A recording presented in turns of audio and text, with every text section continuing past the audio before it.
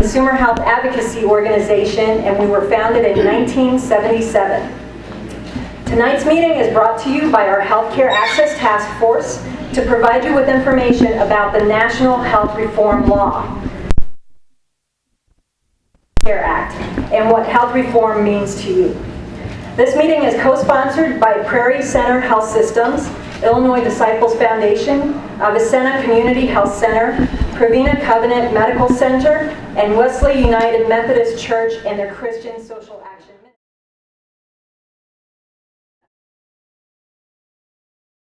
If you have cell phones, please turn them off or turn off your ringers.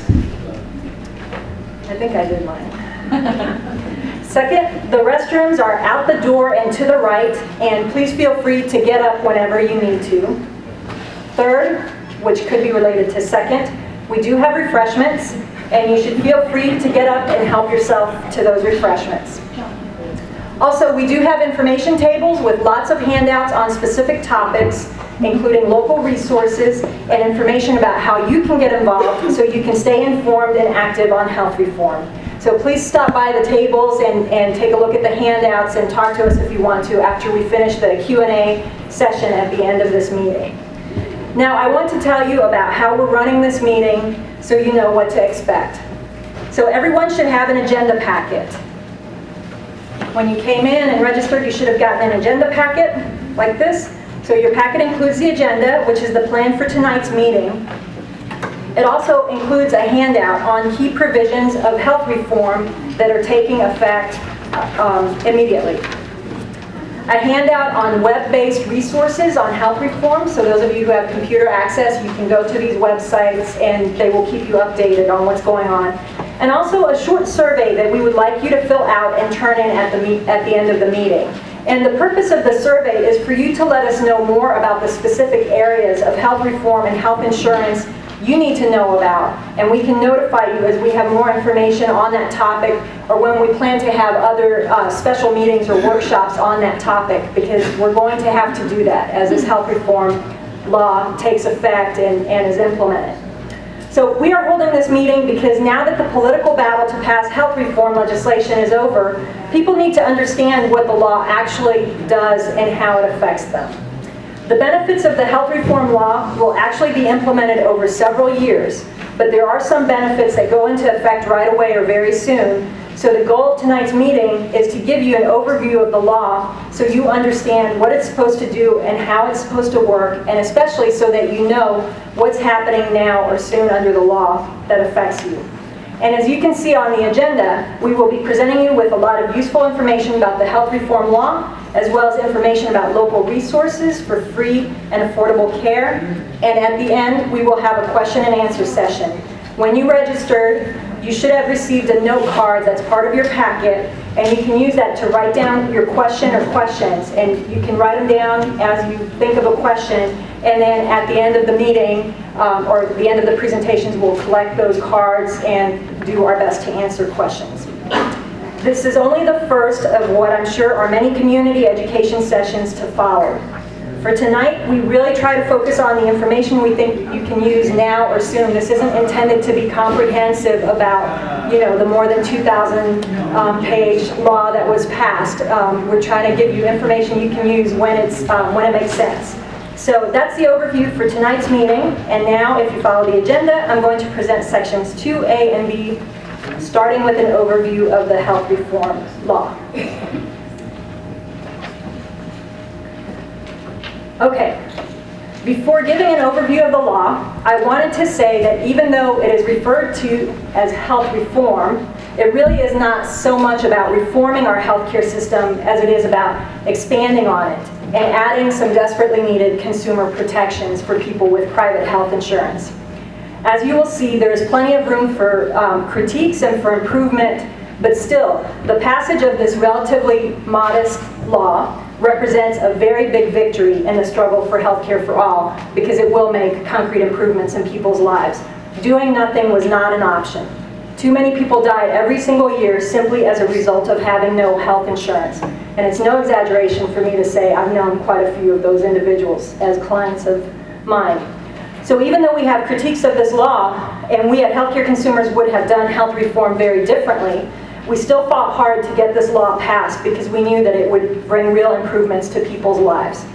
So my job now is to provide you with an overview of the health reform law, the Patient Protection and Affordable Care Act, so that you can understand the framework and the logic, if I may use that word, the logic behind the law. And yes, there is some logic behind it. So it's important to have that framework and that logic because it'll help make sense of some of the different provisions that we will be talking about tonight. So the first thing that everyone needs to understand is that this law expands insurance coverage and access to care by building on the existing systems we already have in place. So those include Medicare, Medicaid, private health insurance purchased on the individual market, private health insurance purchased through employers, and also community health centers. Another important thing to understand is that this law really emphasizes access to preventive and primary care. So you will see a lot of emphasis on requirements that insurance plans cover preventive care services with no copays and regardless of deductibles and so on. Remember that one of the problems that we are trying to address through this law is the growing number of uninsured individuals. So even though this law takes a long time to create the mechanisms for those who are uninsured now to get insurance, it does a lot to try to help those who have insurance now keep that insurance so that the numbers of the uninsured will not continue to grow. You can think of it as a sort of stop-loss program in the beginning part of health reform implementation. So this law tries to reduce the number of people who right now are at risk of losing their health coverage. And this includes small business employees who have coverage, but the coverage is becoming unaffordable for the employers as it is for us at Healthcare Consumers. And also people who, through various means, get dumped by their insurance companies. So, those are some of the things that they're trying to prevent. The big challenge, well, I guess I can switch slides. We don't have a lot of slides, so you're not missing out if I don't change it very much. The big challenge was to figure out how to make insurance affordable and accessible to those tens of millions of people who are currently uninsured. The main ways that people without health insurance will gain health insurance coverage under this law are through the expansion of the Medicaid program for low-income people, and through the creation of health exchanges where individuals will be able to go and purchase health insurance plans and will also be able to receive subsidies to make those plans more affordable. And of course, you'll hear more about this later. Unfortunately, these parts of the law that will really help expand health insurance coverage to large numbers of the uninsured won't take effect until 2014. However, some of the currently uninsured should be able to gain coverage through a couple of provisions that do things like allow parents to add their children up to age 26 onto their plans, and also temporary high-risk pools that will be created, I think within a couple months now, to ensure those who are uninsurable and who, and also extensions of employers' insurance for people who are considering retiring early, who are between the ages of 55 and 64. So those are some of the mechanisms that will be in place. One of the most important aspects of the law is a set of regulations that will govern insurance company practices. At long last, the insurance industry's most heinous, immoral, profit-driven, consumer-harming practices will be banned. So those are very important components, and that's part of the framework for understanding this. One last point I wanted to make as part of this overview is to tell you that a lot of the details of the law, the nuts and bolts of it, still have to be created and implemented and phased in, and many of the health reform implementation duties will take place at the state level, and you'll be hearing more about that later. Health exchanges will be created at the state level. Insurance companies will be monitored and regulated at the state level. The state must apply for federal funds in order to create the infrastructure needed to perform these functions. And so what this means is that we are going to have to continue to be informed and active over the next several years as we work hard to bring the best possible consumer protections and benefits under health reform. I think this is good news because it means we will have a greater say in what gets done for the people of our state, and we have a lot greater ability as a community to influence our state legislators and government officials than we do federal officials. So, you know, I think it's easier to get changes done at the state level. So you will see a lot of that. Okay. So that was the overview of the law, and I hope it makes sense. I hope people understand the framework, that it's building on what we already have, okay? And trying to prevent people who have insurance now from losing that insurance, and trying to implement mechanisms for people to access preventive and primary care. And so now we're going into section 2B, key provisions that take effect immediately. And actually you have a handout on that. So, some of the key provisions of the Patient Protection and Affordable Care Act that take effect immediately, those are listed in your handout. And some of these will be presented in much more detail in other sections of tonight's meeting, but I just want to give you the overview. And as I do this, please remember again the logic and the framework behind these provisions. The idea, again, is to, you know, improve the situation for people who do have health insurance, create protections, regulations, and so on, and keep employers who are offering health insurance continuing to offer that health insurance. And also, again, the emphasis on preventive care and primary care. So the first thing I should do is define immediately. By immediately, I mean now or within the first year since the law was passed at the end of March. So these are provisions that will take effect within the first year. Some have gone into effect already, some go into effect in September. A lot happens in September. So here are some of the provisions. So there are provisions for seniors and people with disabilities who have Medicare, and you'll be hearing more about those in a moment, involving prescription drug affordability and preventive care. Small businesses will be getting tax credits to help with their insurance costs if they're providing insurance. That has already started this year. There will be help for people with pre-existing conditions. In the first year, the new law will create a temporary insurance program, basically a high-risk pool for people who have been uninsured for 6 months and have pre-existing conditions.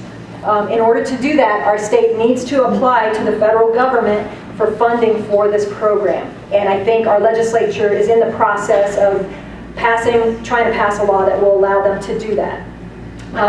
Starting in September, insurance companies are prohibited from denying coverage to children with pre-existing conditions.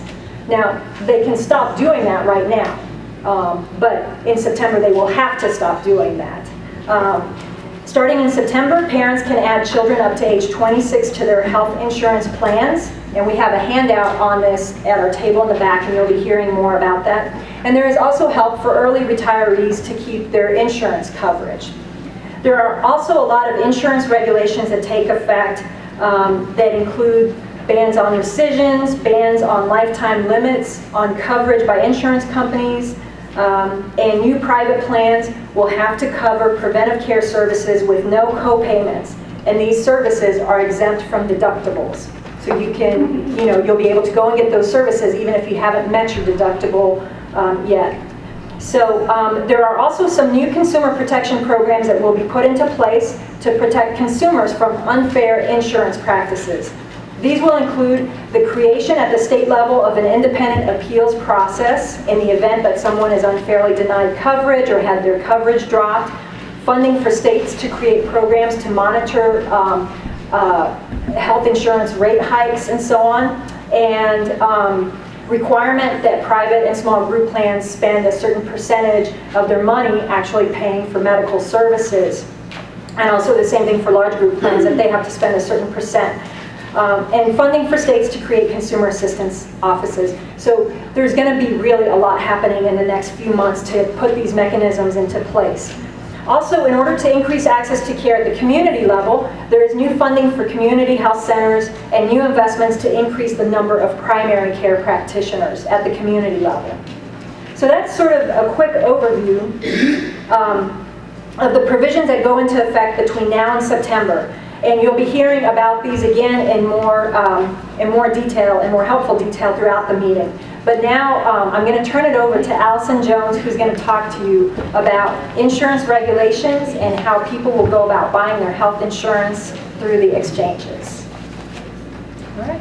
All right.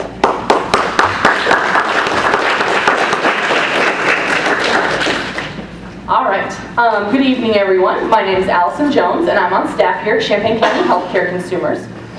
Tonight, I'm going to present some information about two areas of the new health reform law. First, I'm going to discuss the new insurance regulations and how they will help. And then I will present information on the new health insurance exchange, how that will operate, along with information on the insurance mandate and subsidies. So let me just get right into it. One of the largest and most important parts of the new health reform law are the new insurance regulations. As we all know, health insurance is supposed to protect us when we get sick and not leave us with huge out-of-pocket expenses for our healthcare costs. We pay monthly premiums, co-pays, deductibles on our end, and yet for a long time, many insurance companies have not kept up their end of the bargain. For many years, from all over the country, people have been reporting insurance abuses like revoking coverage when someone gets sick, excluding people from coverage due to pre-existing conditions, or charging women higher rates than men simply for being women. The new law attempted to address many of these issues, so let me explain some of the new rules and regulations that these companies will now have to follow. So, starting this year, insurance companies will no longer be able to revoke or rescind coverage when someone gets sick. Once you're covered, you're covered. Also beginning this year, health insurance companies are no longer allowed to put a lifetime benefit cap on a plan. This means they cannot stop paying for your care just because the insurance company has paid out a specified amount for your care over the years. This was especially a problem for someone who had a major health incident, they incurred a lot of bills, or they needed long-term ongoing care. So similarly, an annual benefit cap will also be limited until it's completely outlawed in 2014. So the health insurance company won't be able to say, we will only spend this amount on you this year or in your lifetime. That will all be prohibited. Another benefit beginning this year is that most health insurance plans will have to cover preventative services such as an annual physical or a mammogram with no co-pays or deductible for the consumer. This will encourage people to get screenings and preventative care and will prevent more serious diseases and complications down the line. Also, for the next several years until the health insurance exchange is up and running, and I'll tell you more about the exchange in a moment, but until that's up and running, there will be an interim high-risk pool created across the country and in all the states that will allow people who have previously been denied care due to pre-existing conditions or other reasons to find coverage. So there is hope in the meantime until some of the things like the health insurance exchange are up and running. And speaking of pre-existing conditions, another regulation in the new law prohibits denying coverage for health insurance to a person due to any health condition someone may have. This benefit will begin immediately for children and in 2014 for adults. And I know many of us have heard stories of people being denied coverage due to pre-existing conditions such as high blood pressure or diabetes, or even more simple things like asthma or acne. Insurance companies, they use anything they can think of to keep from covering people, and this will now be prohibited. Another important benefit many people will take advantage of from the new law is that beginning in September of this year, insurance companies must extend benefits to adult children up to the age of 26 from their parents' insurance. The adult child does not have to be a student or a dependent on the tax return of the parents. As long as the adult child doesn't have access to employer-sponsored coverage, they can stay on their parents' insurance until they're 26 years old. And I know this provision will help many young adults who are just graduating from high school or college, searching for a job in this really tough economy. So that's really important. Continuing with more regulations, like I said, this is a very big part of the bill. So more regulations, health insurance companies will now be required to have a medical loss ratio of 80 to 85%. 80% for the small group and individual markets, and 85% in the large group market. So this is an area or something most people aren't really familiar with, but it's very important. A medical loss ratio is the percentage of premium dollars, that's what you pay every month, the premium, which the company loses to providing medical care reimbursement to your physician. Insurance companies consider what they pay out a loss, so that's their medical loss ratio. It's the amount of money that's actually spent on care. The remainder of the premiums go to marketing, advertising, administrative costs, CEO salaries, and of course profit. The new law sets standards for the medical loss ratio and requires insurance companies to publicly report this information. So they can't spend 50% of premiums on medical care, but 50% on administration and profit. That's not allowed. It's now between 80 and 85% must be spent on actual providing care. If your health insurance company's medical loss ratio does not meet these new standards, beginning in 2011, so next year, they will be required to provide you with a rebate of some of your premium dollars. So if they don't meet this requirement, you could actually get money back. And this keeps those premium dollars to be spent on health care and not profit. I can't imagine any other situation where an insurance company would give you back money unless it was written in the law. So in 2014, a whole nother round of insurance regulations kick in. Starting in 2014, all insurance companies in the individual and small group markets and the exchange must offer coverage to everyone and renew all policies. So if you get sick, they can't not renew your policy, or if you apply to them, they have to offer you coverage. There will also be no annual benefit limits, and if you purchase insurance through the exchange, there will be caps on your out-of-pocket expenses. Another important regulation in the small group and individual market and the exchange will be prohibiting pricing of premiums based on gender and health status. As an example, Champaign County healthcare consumers currently spends about $12,000 more per year on health insurance premiums because of our staff is predominantly female. And personal care, our insurer charges discriminatory pricing for women. Many women may not even be aware that they're paying higher rates than men or that their employers are being charged higher rates. So this will be eliminated. In 2014, regulations will also require all plans to cover essential benefits: hospital care, outpatient services, prescription, mental health, maternity care, and preventative services. And of course, there are many other small regulations included in the law, which we just do not have time to review today. But each regulation is a little step towards keeping insurance companies in line and providing consumers with comprehensive coverage.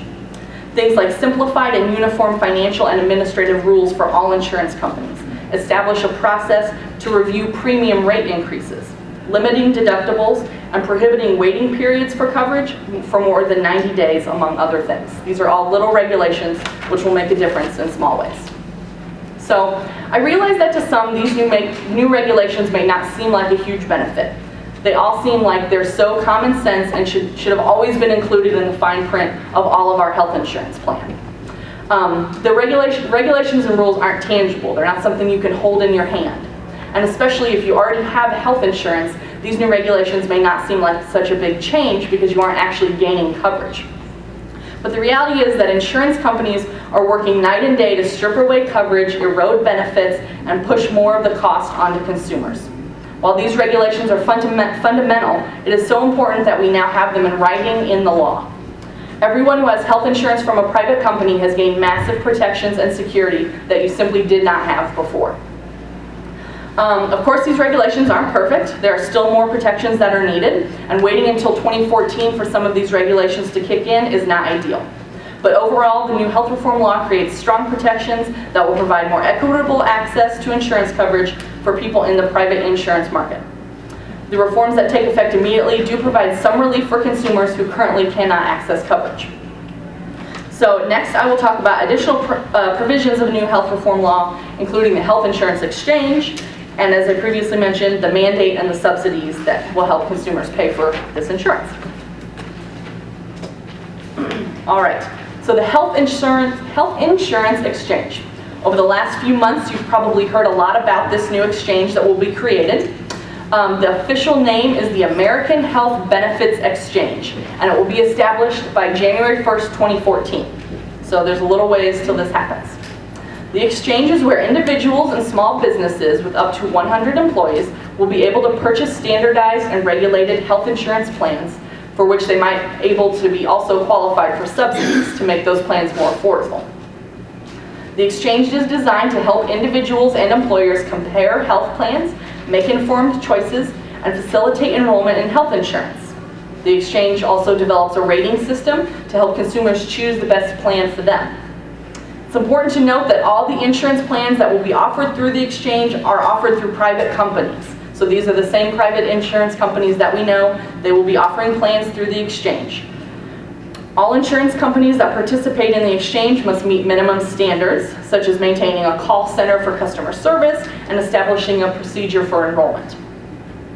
Each state will establish their own health exchange, and it will be organized by a government agency or a nonprofit entity. There will be also a few regional exchanges and a few other health insurance products, such as a health insurance co-op, and they're all designed to facilitate competition. And finally, there will also be the Small Business Health Options Program, and it will assist businesses with up to 100 employees find appropriate and affordable coverage.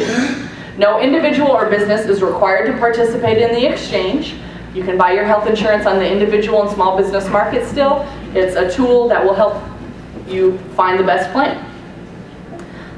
Each state, oh, I'm sorry, I already said that. The exchange will set uniform benefit levels for health coverage offered through the exchange, as well as the individual and small group markets. There will be 4 levels of plans that consumers and businesses can choose from. They pick these levels to kind of set a standard way of looking at health insurance plans. There's bronze, silver, gold, and platinum. There's also going to be one more category for catastrophic coverage, but that will only be available to limited groups of people. A bronze plan in the exchange will cover approximately 60% of your healthcare costs. A silver, 70%, a gold, 80%, and platinum, 90%. Each level of the plan has an out-of-pocket limit for the consumer, with greater reductions for out-of-pocket costs for consumers with up to a 400% of the federal poverty level income. So if you make approximately $42,000 a year as an individual or $88,000 a year as a family of 4, your out-of-pocket costs will be limited in the exchange. So it can't be infinite as it could be now. The exchange helps to build in these basic standards and protections in the insurance market for consumers. A lot more details on the exchange will be forthcoming as it gets developed and the Department of Human Services irons out all of the details and regulations. So. Next. Same slide. So I know it seems very complicated, this health insurance exchange, but it's extremely important because it will help consumers and businesses find appropriate coverage that's affordable to them. And getting insurance coverage is now extremely important because the new health reform law also includes a mandate to buy health insurance. Now for those who are uninsured, let me emphasize that the mandate for coverage does not begin until 2014. So there's a lot of time to figure out what you need to do to get coverage. For those who have insurance, as long as it meets some basic standards of coverage, it counts towards the mandate. If you have Medicare or Medicaid, it counts towards the mandate. So you will be fine. To explain further, the mandate for coverage comes in 2 forms, through employers and through individuals. To encourage employers to offer and continue offering affordable coverage to their workers, businesses can starting in 2014, be assessed a fine if they don't offer coverage or if the coverage offered is too expensive based on the salaries of their workers. Which businesses are assessed fines is based on the coverage offered, if it's affordable, and the size of the business. So there's really a lot of variables there. And there will be no fines assessed to businesses with fewer than 50 employees. For the individual, this new requirement to obtain coverage applies to individuals and their dependents, like I said, starting in 2014. The coverage that you get must meet minimum basic standards, all of which are met through all of the plans in the exchange. So if you don't have insurance and buy your plan through the exchange, it will count towards the mandate and you wouldn't be assessed any penalty. If you have coverage through your employer, let me back up. If your plan costs more than 8% of your income, hold on, sorry. So the coverage that obtained must meet minimum basic standards, all of which are met through the plans in the exchange, unless the available coverage costs more than 8% of the person's income. So then you will be exempt from this mandate if it costs more than 8% of your income. There we go. There are exemptions for coverage, so there are certain groups of people that won't have to get health insurance coverage. Includes people who object to it for a religious reason, people who have financial hardships, undocumented immigrants, people who are incarcerated, American Indians, people who earn under the tax filing threshold, and for short gaps of coverage of 3 months. So it's also important to know that there's a penalty for not obtaining coverage starting in 2014. The maximum penalty for any family is equal to the national average of the premium for a bronze plan in the exchange. So for many, it would make more sense to purchase coverage and have a bronze plan than to pay for the fine. The penalty is gradually phased in at lower levels starting in 2014 through 2016, and it will be at max 2.5% of a person's income. And although mandating that people purchase private health insurance may not be ideal for everyone, it's an important step in reducing the overall cost of health insurance in our country, especially if we are going to continue to rely on private health insurance. The larger pool of insured consumers has more risk spread around, and the coverage becomes more affordable for everyone. So that was an overview of the health exchange, an overview of the mandate. And in order to make the mandate to purchase health insurance more affordable, the new law also includes financial subsidies and tax credits for individuals purchasing coverage. These tax credits will be primarily for individuals who purchase their coverage through the exchange, although some credits may be available for people who have coverage through their employer if that coverage costs more than 9.5% of your annual income or does not meet basic standards. Premium subsidies will come in the form of tax credits and are available to individuals and families with incomes of 133% to 400% of the federal poverty level. So if you make between $14,000 and $42,000 a year as an individual, or $29,000 to $88,000 of income per year for a family of 4, subsidies should be available to you. The subsidy amount will vary based on your income, age, and the region in which you're purchasing health insurance through the exchange. However, the amount that an individual or family will have to pay for their premium is capped between 2 and 9.5% of your income, depending on what your income level is. So it's not going to be, they're not going to be able to charge you infinite amounts. It will be based on income and ability to pay. So I know this sounds a little abstract. I know federal poverty level doesn't mean a lot to a lot of people. So I'm going to give a specific example. And I know this chart is also a little overwhelming, but let me try to explain it a little bit. So this example shows how much of a subsidy a person would get based on their age and income to purchase a silver value health plan in the exchange. So that's a plan that would cover 70% of your healthcare costs. You're buying it through the exchange. And I've also listed what the federal poverty level income guidelines equate to, since most of us don't know that off the top of our heads. So I'm going to point out a few specific examples. So let's look at a 20-year-old with the income of 100% of the poverty level. So if you're 20 and you make $10,830 of income per year as an individual, you will qualify for Medicaid. So you'll get the 20-year-old age line, 100% of the poverty level income line, and it says Medicaid. So this is a person who doesn't have to have children. They'll qualify for Medicaid in whatever state they're in. Next, let's look at a 40-year-old who's at 200% of the federal poverty level. So if you're 40 years old, this is for an individual, you make $21,600 of income per year. You would get just over a $6,600 premium subsidy for your insurance cost. That's a very large portion of the cost of the premium for this silver plan. It would leave you, if you look over to this side where it says premium cost, for that 40-year-old, the subsidy you get is about $6,600, and that leaves the out-of-pocket cost for the person for that premium to be about $2,700 out-of-pocket per year for this health plan. So it's about $225 per month is how much that will cost. And remember, the silver value is expected to cover 70% of their health care cost. And also included in this plan will be free preventative services and other health insurance regulations mentioned earlier. So hopefully through this chart and these examples, you can see that as a person's income increases, the subsidy decreases. So there are income subsidies that go up to 400% of the federal poverty level, and as your income is higher, the amount of subsidy you get is lower. Also, as the person's age increases, the subsidy amount increases because health insurance for someone as they get older, they're charged more, so the subsidy is greater.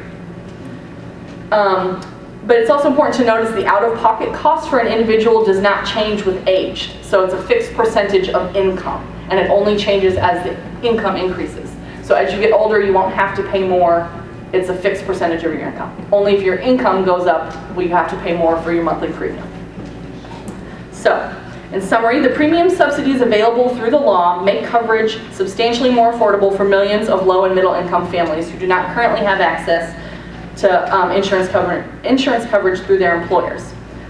Subsidies aren't perfect, however, especially for low income consumers, but it's really important for anyone who will buy their insurance through the exchange in 2014 to know what your income is and to know that you can apply for subsidies and get help with this cost, because it will be mandated that you have coverage. So I know that was a whole lot of information that probably somewhat sank in, but maybe not, hopefully a little bit. But there are definitely some fact sheets in the back that explain all this in a little more detail and give other examples.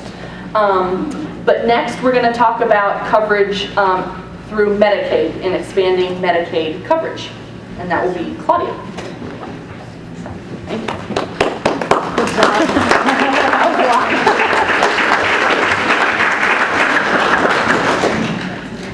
Allie did an excellent job. That's a lot to review. Remember again that the subsidy or that the health exchange doesn't take effect until 2014, so we'll be talking to you over the next 3 years about this and help you gear up for it. One thing that we forgot to mention related to the health exchange that I just wanted to mention real quick, one of the things in the law is a requirement that Congress will be purchasing their health insurance through these health exchanges. So they will finally have to purchase insurance of the same kind that we will be purchasing as well. So just remember that. They're not, getting some super fancy deal somewhere else. They'll be doing what we're doing. So I just want to talk about the changes to Medicaid under the health reform law. And this is actually a part that I'm really excited about, because the health reform law expands health insurance coverage to low-income individuals by greatly expanding the Medicaid program. And for those of you who don't know, the Medicaid program is a state health insurance program for low-income people, including people with disabilities. The federal government provides funding to the states so that they can provide Medicaid coverage to people. The new law also ensures that newly eligible Medicaid patients will receive a similar benefit package to other benefit packages in the health exchange that meet minimum criteria. So it should be comparable kind of coverage.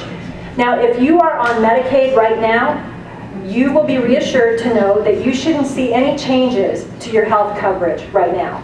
Under the health reform law, in fact, states cannot lower the eligibility levels for Medicaid. So between now and 2014, states cannot lower the income requirements for people to qualify for Medicaid and therefore dump people off of Medicaid. So that's something good.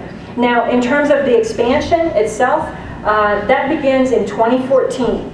So in 2014, the new health reform law expands Medicaid in 2 ways. First of all, it expands Medicaid to cover all individuals under age 65 with incomes up to 133% of the federal poverty level. And it expands Medicaid to cover anyone who meets the income criteria, because it gets rid of the categorical eligibility requirements and also the asset tests. So any of you who have ever dealt with Medicaid or trying to get it, maybe you're an individual, low income, but you don't have dependent children, you can't qualify for Medicaid right now.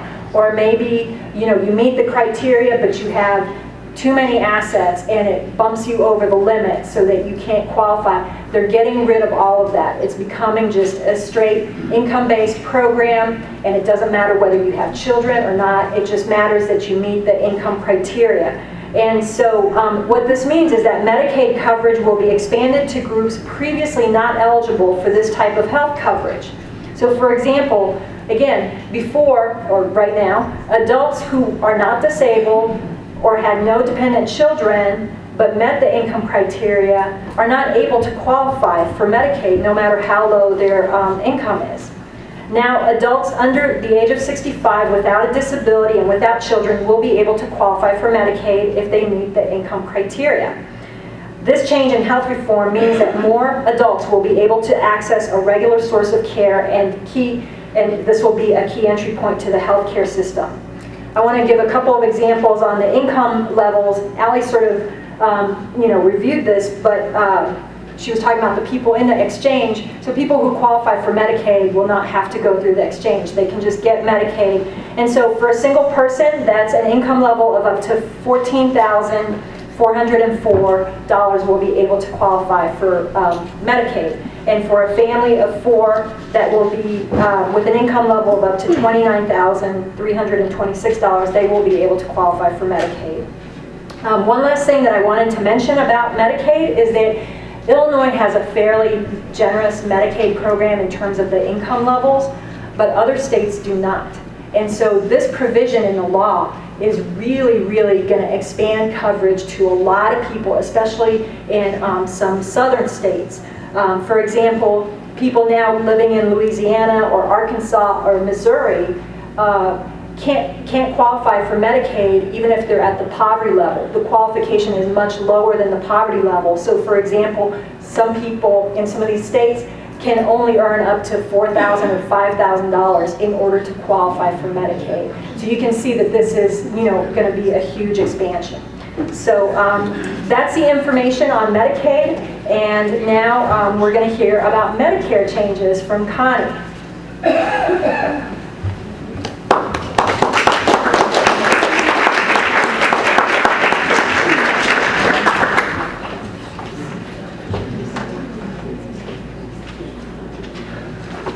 Good evening, my name is Connie Jorgulis, and I'm a member of the Champaign County Health Consumers Medicare Task Force.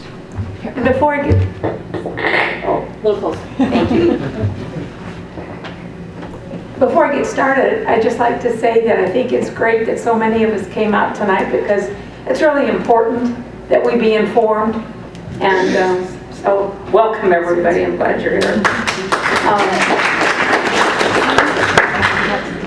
Over the past year, our task force has been advocating to make sure that the new health reform bill would address the needs of Medicare beneficiaries. And there was a lot of debate, political rhetoric, and haggling about the reform bill. And sadly, Medicare beneficiaries were put right in the middle of it. Now the bill has been passed, and we're really happy to announce that there are several benefits that we can expect as Medicare beneficiaries to see soon. First, thanks to the health reform law, every Medicare beneficiary who falls into the Part D donut hole this year will receive a $250 rebate check. Let me take just a minute to explain the donut hole so that everyone is clear about just how much this relief is desperately needed. The donut hole is a gap in insurance coverage built into the Medicare Part D prescription insurance plan. And it's an invention of Congress, the insurance industry, and the pharmaceutical industry that makes Medicare beneficiaries pay insurance premiums during a time when they are getting no insurance benefits.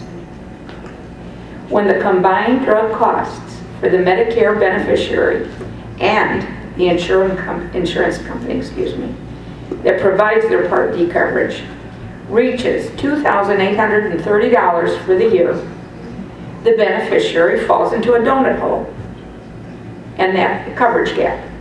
And during this non-coverage period, Medicare beneficiaries have to continue to pay their monthly insurance premiums as well as 100% of their drug costs, while getting no help, none at all, from their Part D insurance plans.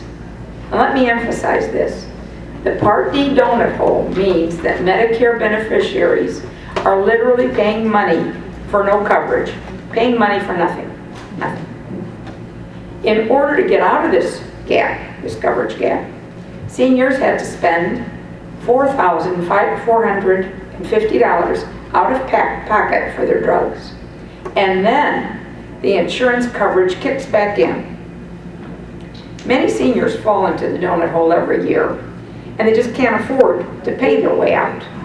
Instead, they cut pills in half, they skip their dosage until their coverage begins again the next year. And for many seniors, this situation has just gotten worse and worse every year because the donut hole has gotten bigger and bigger every year. With the rising cost of prescription drugs, Medicare beneficiaries are falling into the donut hole sooner, and the gap gets bigger and they get farther and farther away from being able to get out of it. So if you have fallen into the donut hole or expect to this year, you'll receive a rebate check. There is no paperwork to fill out. You don't have to do anything. As soon as you fall into the donut hole, the Department of Health and Human Services, known as HHS, will be notified and they will begin processing your check. The first group of the rebate checks will be sent out on June 15th or thereabouts, and another group will be sent out every 6 weeks until the end of the year. CMS, the Centers for Medicare and Medicaid Services, expect there to be about 4 million beneficiaries who will receive a rebate this year. So be on the lookout for your rebate check coming in the mail when you fall into the donut hole. So be sure to open, any mail from HHS or CMS. Don't mistake it for junk mail, because it will be your rebate check. So open it all up. And while this $250 rebate is a small amount when we look at the larger amount that beneficiaries have to pay, it's a step in the right direction. And maybe the most exciting part of this bill for seniors is that this start paves the way for the donut hole to be completely eliminated by 2020. And before this reform, there was no end in sight for closing the donut hole. So that really is a significant benefit. Another benefit under health reform is that next year, and I think Allison alluded to this, everyone will receive she alluded to something else which I'll mention. Another benefit of health care reform in the next year is everyone will receive a 50% discount on all brand name drugs while they're in the donut hole, and on generics they'll get a 7% discount. And if you stop by the table in the back, you could pick up a chart which has been provided by the Medical Rights Center, and it details exactly how the discounts will increase until the donut hole is phased out over the next 10 years. Our Medicare task force will keep working for real Part D reform to allow Part D to negotiate for lower drug prices and use cost saving to close the donut hole immediately. However, until we can get that done, the new benefits will make a difference to all seniors and people with disabilities in our community and those who struggle with this problem every year. Now, this is what Allison alluded to. Starting in 2011, Medicare beneficiaries will be covered for preventive care without a copay deductible. We've all been taught the importance of an annual physical, and that becomes even more necessary as we age and become more prone to health problems. So it seems absurd, really absurd, that Medicare currently only pays for an annual physical when one first gets into Medicare, and then only every other year. And now, because of the new law, Medicare will pay the full cost for the annual exam, and seniors can get checkups that they need to maintain their health and stay ahead of any health problems. And other preventive services will also be completely covered starting next year. Medicare beneficiaries will be able to get mammograms, colonoscopies, and other services free, regardless if you have met your Medicare deductible or not. And as we know, early detection of illnesses like heart disease, cancer, can truly make the difference between life and death. So we encourage every Medicare beneficiary to take advantage of these great new benefits that will be starting in just about 6 months. Make an appointment for your annual checkup. This new benefit may not be just a cost-saving measure, but also a life-saving one. Now, if you'd like more information, and you've gotten a significant amount, but at the table in the back, there are handouts.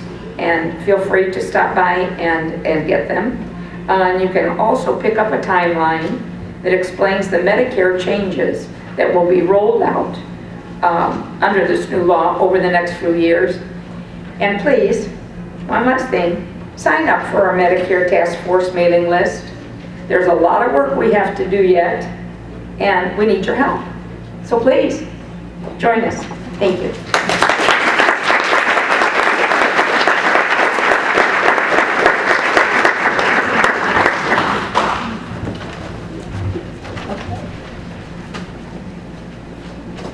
You got it.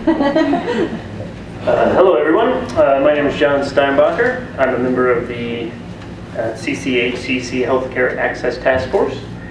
And if you guys, time to get excited because I'm going to be talking about more tax codes. So,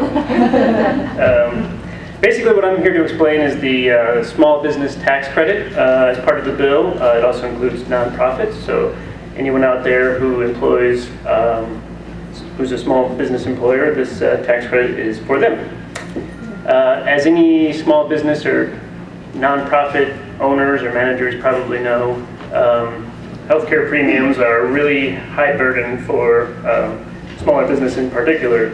So the purpose of this tax credit is to help those employers who already provide insurance, and also to sort of give financial incentive to those who might be thinking about it, say, you know, I don't provide coverage. I'm sure most small businesses or nonprofits want to provide coverage, so this is incentive to help them do that. And it's a tax credit on the premiums which the healthcare employers pay. Just so you know that, and it's actually in place right now, immediately, even as we speak, as soon as this bill was signed. Just to give you a little background information about small businesses in Illinois, they make up about 75% of all businesses, and only 41% of them are currently providing any healthcare coverage to their employees.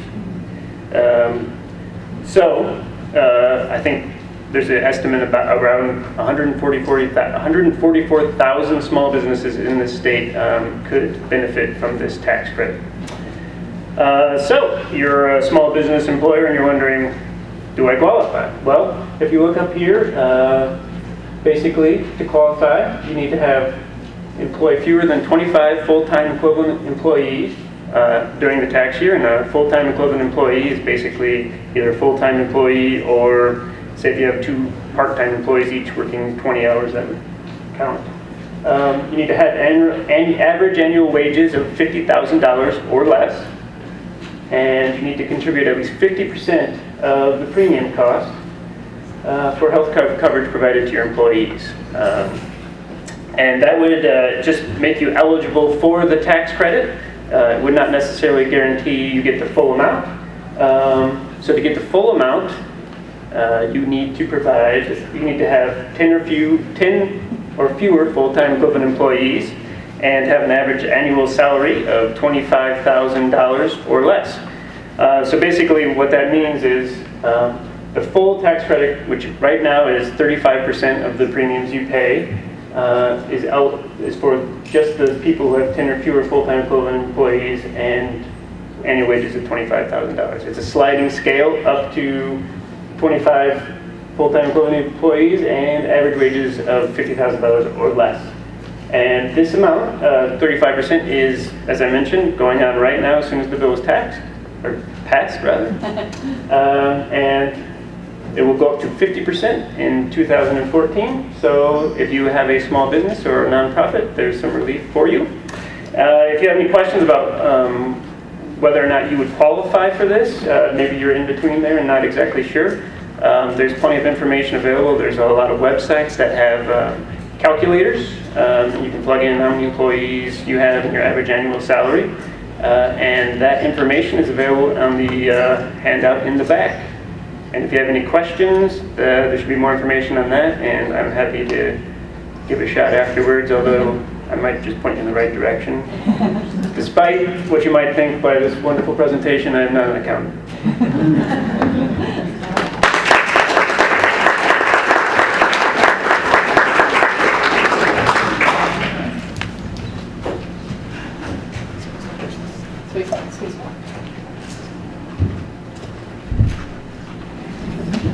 Okay, my name is John Ramsbottom, and if you have a blue sheet and you read that and couldn't believe it, let me assure you it's true. It's really my name.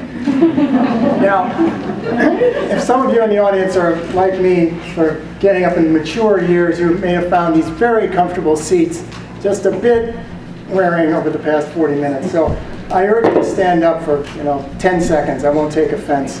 I won't think you're leaving.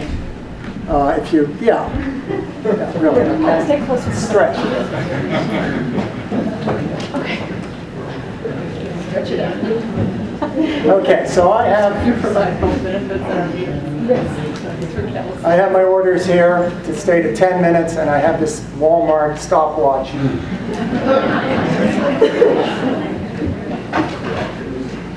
Which doesn't guarantee anything, but I promise I'll try. Okay, so now it's starting. All right, so you've heard a lot of information, and I'm not here to impart any more information. My role in this section of the meeting is to explain why we all have to stay involved and active in order to make sure that health reform actually works for us. Health reform, it's the law. Congress passed it, finally. But as we all realize now, if we didn't before, making a federal law is a complicated business, and it doesn't always bring out the best in people. And I have more news. Passage of the law was just the first step. Because when the media tell us Washington did this or Congress passed this, that's really saying that the national government has taken a decision about a direction. How that actually gets worked out is still up to the states. So, for those interested in seeing health reform succeed, the work is far from over. There are two main reasons for us all to stay engaged at the state and local level.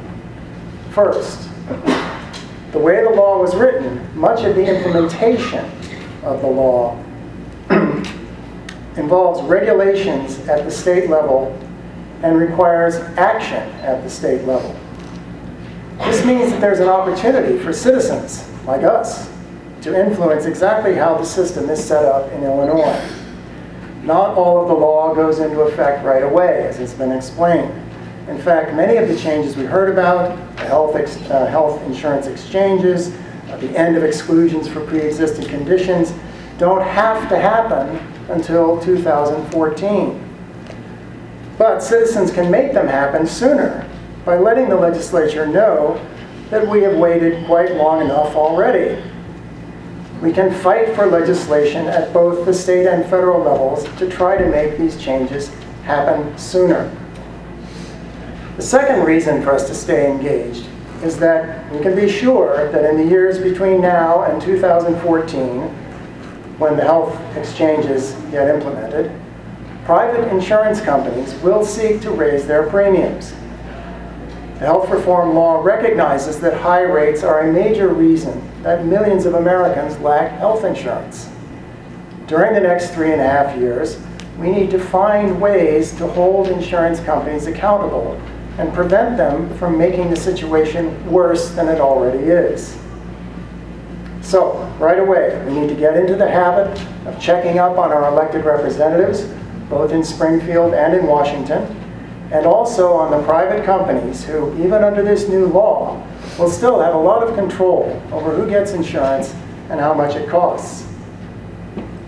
As I said, setting up even the first stage of health reform requires action at the state level.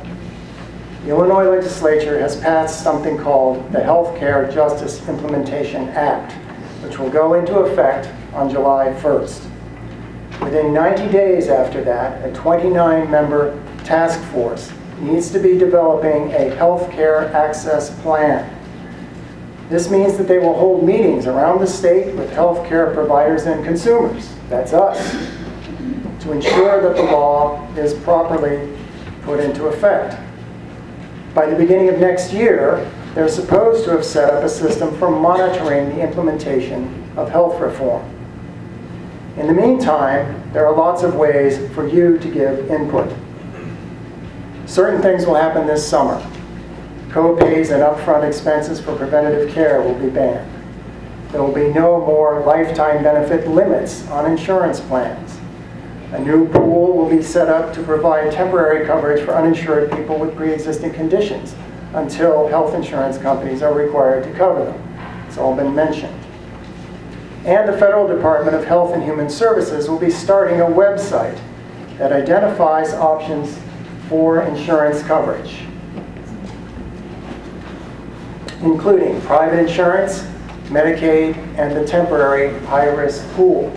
And that's the website URL right there. This is one reason why high-speed internet access is so important, right? Other features you've heard about, like the insurance exchanges and the end of exclusions for pre-existing conditions, will not start until 2014. But there's nothing in the law to prevent these things from happening sooner. In other words, there's a lot of not later than, but no, not yet. So, in addition to making sure reforms are implemented properly and on time, citizens can put pressure on legislators to have them put into effect sooner. For example, insurance companies are still allowed to discriminate on the basis of gender when setting rates for individual and group coverage. The new law makes gender rating illegal, and there's no reason why this couldn't be changed before 2014. And if Congress can't make this change, then the state of Illinois can certainly make a law to prohibit this kind of discrimination. Other states have done so. When it comes to health insurance rates, the health reform law requires states to establish a process for reviewing premium increases every year. There are several questions that states are supposed to be asking. Are rates affordable? How will an increase affect enrollment? Are the administrative expenses reasonable? Are requests for rate increases made public? Does the insurer have a plan to contain costs over time? Eventually, states can even recommend that certain insurance companies be excluded from the insurance exchanges because their rate hikes are unreasonable. But this review process still has to be created. In fact, the federal government is making money available to the states to help set it up. In our state, we have the Illinois Department of Insurance. We need to make sure that our state applies for this federal funding, that our Department of Insurance will enact a real process for reviewing premium increases and providing consumer protections against unreasonable increases. Now, if I were running an insurance company the next 3.5 years, I would not only look at raising rates as high as I could get away with, I might also be looking for any excuse to cancel someone's policy, especially if they just sent in a big claim. In other words, I'd be sending out rescission notices. As of this coming September, the health reform law bans rescissions except in cases of deliberate fraud. But in order to prevent insurance companies from making false claims of fraud and wrongfully dropping coverage, there needs to be a clear process for consumers to appeal such decisions. And each state has to create that process. So, in many ways, the time to take action has just begun. During the debate over health reform, about all you could do was contact your congressperson. And it's clear that a lot of them had made up their minds long before the vote. Now that health reform has become law, you can influence the way the law is actually put into effect. Again, most of this process will take place at the state level through state regulations and laws and rulemaking. Champaign County healthcare consumers and the Healthcare Access Task Force will be monitoring the state and federal government's activities and keeping you informed about what's going on and what you can do to help. At the end of this meeting, you'll hear more about ways that you can stay informed, how you can get involved. I hope I have helped explain why the National Reform Law makes our vigilance and involvement so important. And I want to conclude by personally inviting you to get involved by joining the Healthcare Access Task Force. There'll be information about that at a table in the hall. Thanks very much.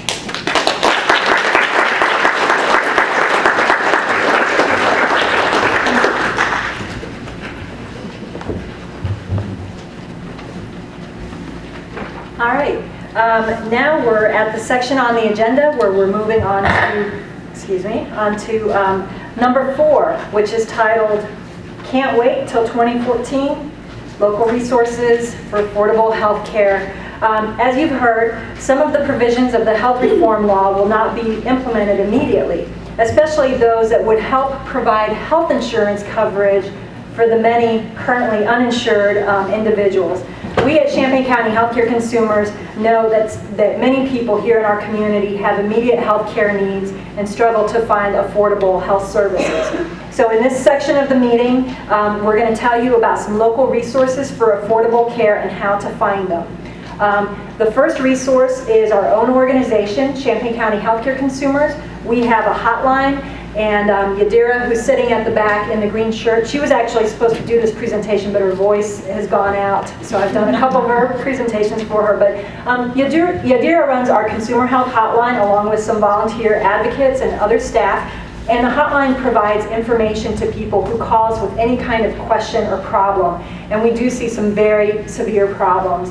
Anything from individuals fighting with their insurance companies to people who have just been diagnosed with something, whether it's a brain tumor or whatever it is, and they need follow-up care or surgery, and they have no health insurance and they have no way to access that care. So we really see what's going on, and we work hard to help people. So we're a great resource if you don't know where to turn. But the other thing is also that our community is fortunate, given the need that we have. We are fortunate to have several providers who have joined together to create free health clinics. So we actually have 3 free health clinics in this community, and we have information about all of this at the back. But Avicenna Community Health Center, Champaign County Christian Health Center, and Hope Community Health Center. All of these clinics offer a wide range of services for uninsured, low-income individuals, including prescriptions and management of chronic diseases such as diabetes and hypertension, and other services as well. So the other major issue that we deal with through our hotline that we hear a lot about is access to affordable dental care, and people not being able to find affordable dental care, or people with Medicaid not being able to find dental providers who will accept the medical card. So we do have a program, a dental referral program that provides discounted dental care to people who qualify, and we also keep a list of providers who we know will accept Medicaid for dental care. So if you're interested in learning more about any of these services or resources, and there's more, please stop by our table at the back, and Yadira would be happy to help you out. She has a lot of information. The one other thing that I wanted to talk about really quick that has become a significant resource in our community and is largely a result of community involvement and activism is the Carle merger. Many of you know that recently Carle Foundation Hospital and Carle Clinic merged, and now Carle Clinic is a nonprofit healthcare provider. And we celebrated this. We felt that this was very good for the community, and we had a lot of involvement in working with Carle to try to make sure that when Carle Clinic became a nonprofit provider, that they adopted financial assistance programs and repayment policies and so on that were consistent with a charitable approach and a nonprofit mission, as opposed to what they had been doing before. So there are a lot of new improvements at the clinic that are a result of the merger and this work that we've done that should greatly help to expand access to care and help make it more affordable to people. And just as an example, to show you some of the work that has been done, the weekend before the merger took place, the merger was announced on, I was going to say April Fool's, on April 1st, but it was real. So the weekend, the merger was announced then, but the weekend before that, the clinic personnel and the hospital personnel worked really hard together to try to get as many clinic patients who had outstanding bills registered into the financial assistance program and get their bills discounted. And the way that they did it is they looked at anybody at the hospital who had filled out a financial assistance form but had an outstanding bill at the clinic, and they automatically qualified them for financial assistance at the clinic. And then they sent letters out to patients to let them know what had happened. And this was just the beginning of that work. So the list generated more than 1,500 households with debts totaling $4.8 million that were wiped out once the financial assistance was applied to the clinic portion of the bill. That was just the beginning. What people need to know is that anybody right now who has an outstanding bill at Carle Clinic, or if you've been denied service at Carle Clinic because you have an outstanding bill, you can start over. You can contact the hospital or the clinic or us. We will help you fill out the financial assistance form, and if that doesn't wipe out all of your debt, people with incomes up to 200% get a 100% discount. If that doesn't wipe out all of your debt and you still owe some money and you need to pay it over a period of time, there are now fair and reasonable payment programs. We worked very hard to come up with a payment mechanism that considers people's income, not their debt. So it's based on your income, so even if you incur more debt from going to the doctor, you still will keep that same reasonable payment agreement with the clinic. So if anybody is out there who's had problems with Carle Clinic, please come and talk to us afterwards and we can let you know about that. But we feel like that will help expand access to care for primary care and specialty care on an outpatient basis. And so that's an important resource in our community. And we have more information at the back again, but now I want to turn it over to Ann Gargano, who's going to talk to you about Medicare-related programs.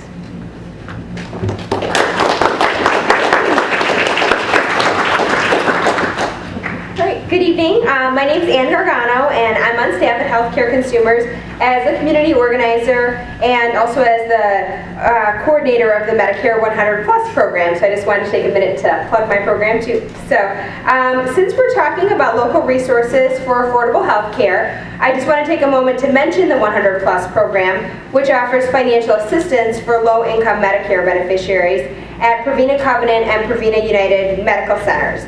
So some Medicare beneficiaries have been concerned that the provision in the health reform bill that cuts billions of dollars in Medicare Advantage overpayments will cause them to lose their Medicare Advantage coverage. And that's, supplemental coverage that folks who have Medicare will sometimes find in these private insurance plans. And so while we at Healthcare Consumers really support cutting these expensive overpayments because they really drain money from Medicare without offering any extra care for seniors.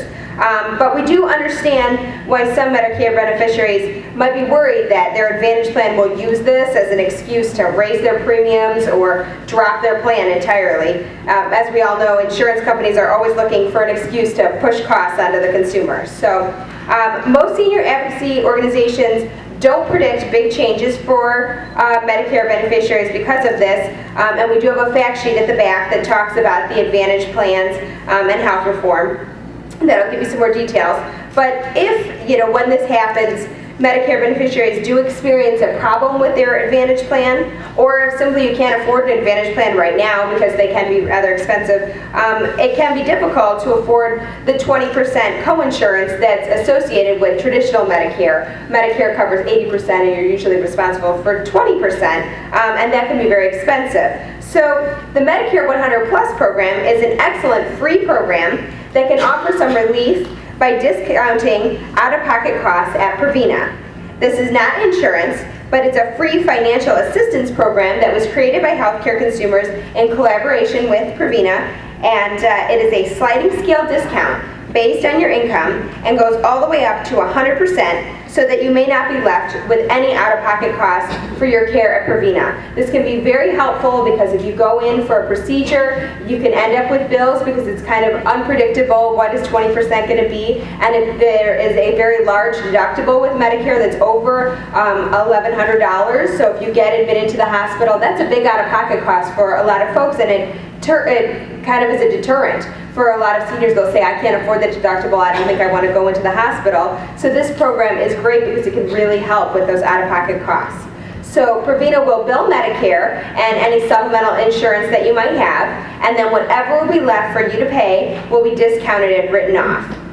The discount is applied to anything from an ambulance bill to the emergency room, radiology, anesthesia, and the Prevena Medical Group doctors. So we can help you to fill out the short application, and you'll receive a little blue discount card in just a few weeks. And so if you have Medicare and are interested to see if you qualify for this program, please stop by the local resources table at the back and pick up one of our new pretty brochures. Okay, and then the last section, I have the opportunity to tell you a little bit more about what John Ramsbottom had told you about how you can get involved and stay tuned and all of the things that we're going to be doing at Healthcare Consumers to keep you up to date with health reform. So I hope that our presentations tonight have been helpful and answered some of your questions about how health reform will help you. However, our work is definitely not done tonight. Over the next few years, many of the kinks will be worked out and new details will be released. As we've said, some of the biggest changes will not be rolled out until 2014, which leaves us plenty of time for consumer advocacy to make sure that it is done right. So I'd like to take a moment to tell you how you can get involved and learn more as health reform continues to evolve over the coming months and years. Because tonight was an overview of how health reform can help everyone, we could not go into every detail. And I know that some of the details were kind of overwhelming. It's a lot of information. So. And of course, as implementation continues, more specific details will be released. So Healthcare Consumers plans to hold workshops on specific topics as provisions roll out. So in your packet, you'll find a little yellow survey towards the back here. And if you're interested in learning more about a specific topic, please let us know. We will then plan workshops on the areas that have the most interest. Please keep in mind that some of these workshops may be further down the road. For instance, a workshop about the health insurance exchange will probably be more useful when it's closer to being implemented, closer to 2014. At that time, we'll know more about exactly when and how you can sign up. However, some of the workshops could be as soon as this fall or winter, depending on some of the sooner things that are happening, in September or thereafter. So please fill out your survey now, and we'll collect them in a moment when I'm finished here. So if you have a chance to fill it out, or in the end, you can leave them on your seat as well. And then when we do plan the workshop for the thing that you're interested in, you'll receive a mailing, and it'll let you know when that'll be, and we'll give you a call. So while some of the implementation will take some time, there are several ways for you to get involved now. The first thing that we will have to do is fight against repeal. Now, talk of repeal has died down a bit since the bill was signed into law, but it's not completely over. So if there comes a time when we need to organize to fight against any repeal efforts, we will definitely be calling on you to take action. And on that note, I encourage everyone to sign up for our Health Action Network.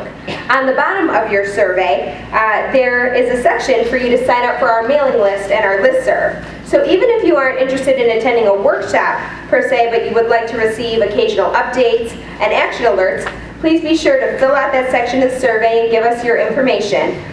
We really do make an effort to call on you to take action only when it's really important. So when we do send out an action alert, you can be confident that your efforts will really, really make a difference. At the Healthcare Consumers table in the back, with the big poster, you can also sign up for the Healthcare Access Task Force and the Medicare Task Force mailing list. The Healthcare Access Task Force is dedicated to increasing access to quality and affordable health care in Champaign County. We meet at 6 p.m. at the Wesley United Methodist Church on the second Tuesday of every month. And our task force is made up of consumers who have been affected by the local healthcare crisis, as well as social service workers and just concerned community members.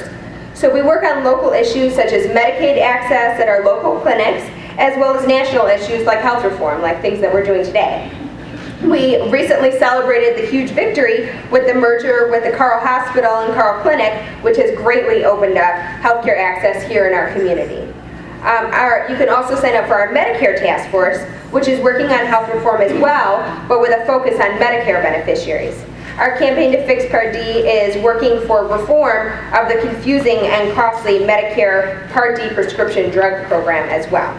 The Medicare Task Force meets at 10:30 a.m. at the First United Methodist Church on the third Thursday of every month. So all of the info about where those meetings are and when the next meeting will be, there's a little flyer at the table, so please pick one of those up. And please come out to one of our upcoming meetings and get involved. There's no doubt that we can make a difference if we make our voices heard. Finally, I'd also like to encourage anyone who's interested in working with affected consumers to volunteer for our Consumer Health Hotline. Our hotline helps over 400 people a month who are dealing with problems with the healthcare system. It's staffed by trained volunteers, and we're currently looking for new volunteers, so we could definitely use your help.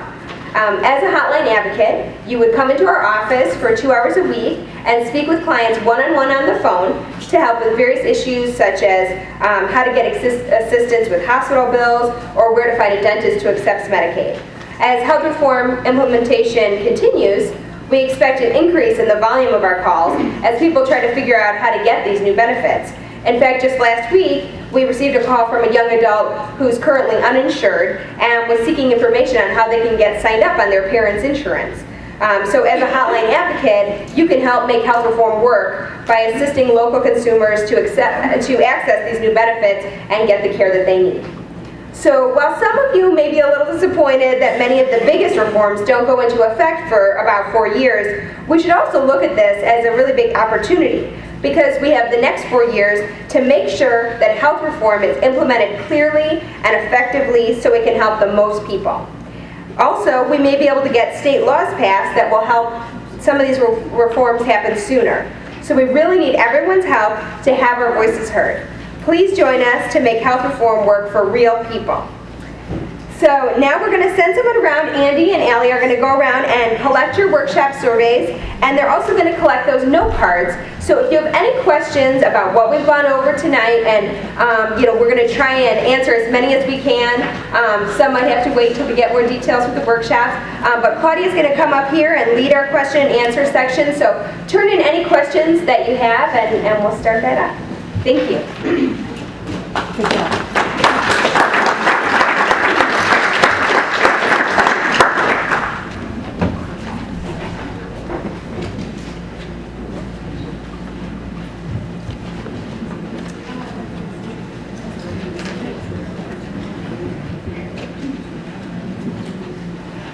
Maybe while we're waiting for the cards to be collected, if there's anybody who has a really burning question that you want to ask right now. Okay. My question is kind of a political action question. Okay. It's something I'm really worried about, because this victory was so hard fought. I'm very defensive about us giving up on it, and I want to be able to protect it, which means, yes, making those calls to talk shows, stations I don't really love to call, and defeating people who want to present misinformation about this hard-won victory. So, a person who resigned from the governorship of Alaska, who casts an image about hordes of IRS agents, and we heard talk about that there will be penalties if you decide to not pay the premium. I'm not so worried about the penalties, but how do I defeat the image of this is just an excuse for the IRS to hire a bunch of people to come after us? What's a smart way to talk about this is not just to make more IRS agents come after us? Wow, thanks, Jenny. Not the kind of question I was expecting. That's okay. Well, it's a take action. No, it's good. We actually, if you see me after the meeting, there is a really good resource handout that actually has responses to those kinds of issues. And so, people are talking about that. But I think one of the really important things is also to always bring it back to how people are going to be, how people are going to be helped. I mean, and a lot of people, this issue of penalties, a lot of people want health coverage. They don't, so our job really is to try to make it as affordable as possible so that people can get that health coverage, not worry about incurring the penalties and so on. But there is actually a handout that I can show you that addresses those kinds of assumptions and questions. And now Allie is sorting through and she has, okay. So question. And we're going to do our best to answer these. I may not know the answer. I have a fat folder full of information. If I can't find it quickly, I may need to follow up afterwards, but we'll do our best. So the question is, can college students work part-time and still get insurance coverage under their parents' plan? Yes. The only way that somebody cannot get insurance under that provision is if they are eligible to receive insurance through their employer already. What restrictions if the child is under 26? So the question is, can a child under the age of 26 who is not a student get on their parents' plan? Yes. There are not restrictions. You do not have to be a student. You do not have to be a dependent on your parents' tax return. This is very important. A lot of people, thought that you had to be a dependent. You do not have to be a dependent. You can be married. You can have children. But your parents' insurance will only cover you. But yes, you can be eligible. I hope that was helpful. Okay. So this question is, how do you get free preventive care if you don't already have coverage? So actually, if somebody lives here in this community and they need free preventive care, I would really recommend that you go and talk to Yadira and learn about Avicenna Community Health Center, and there's some other health centers, the Christian Health Center and Hope Community Center. And then a question about whether premium subsidies, I don't know the answer to this. This is interesting. I might have to find out. The question is whether premium subsidies would apply to a lesbian couple who are not legally married. Well, people would be getting individual. Yes. Okay, so I think in that situation, once the premium subsidies are available, I think the people who are in a couple would have to apply each individually, and then they would each individually get the subsidy. That's my best guess. When we get closer to that time, 2014, when those things are happening, we'll let you know if it's anything different. Okay, this question is, the number of primary care doctors who do preventive care are dropping. Will health reform change this and make primary care more attractive to medical students? Yes, it's supposed to. How quickly that happens or how effective it is a little bit unknown. One of the things that's going into effect immediately is that there will be new funding for community health centers such as Francis Nelson Community Health Center. And the idea behind that is so that those community health centers can expand their capacity, can hire more staff to help provide services, and they tend to focus on primary and preventive care. And there's also more funding, there's funding incentives to organizations to increase their primary care providers, whether those are physicians, nurse practitioners, physician assistants, and so on. But yeah, there's also some other incentives built in. Physicians who see Medicaid patients and provide primary care, the reimbursement for Medicaid primary care is going to go up as well. So, and then there may be some other ones as well, but yes, that's one of the things that they're trying to do. Those are good questions.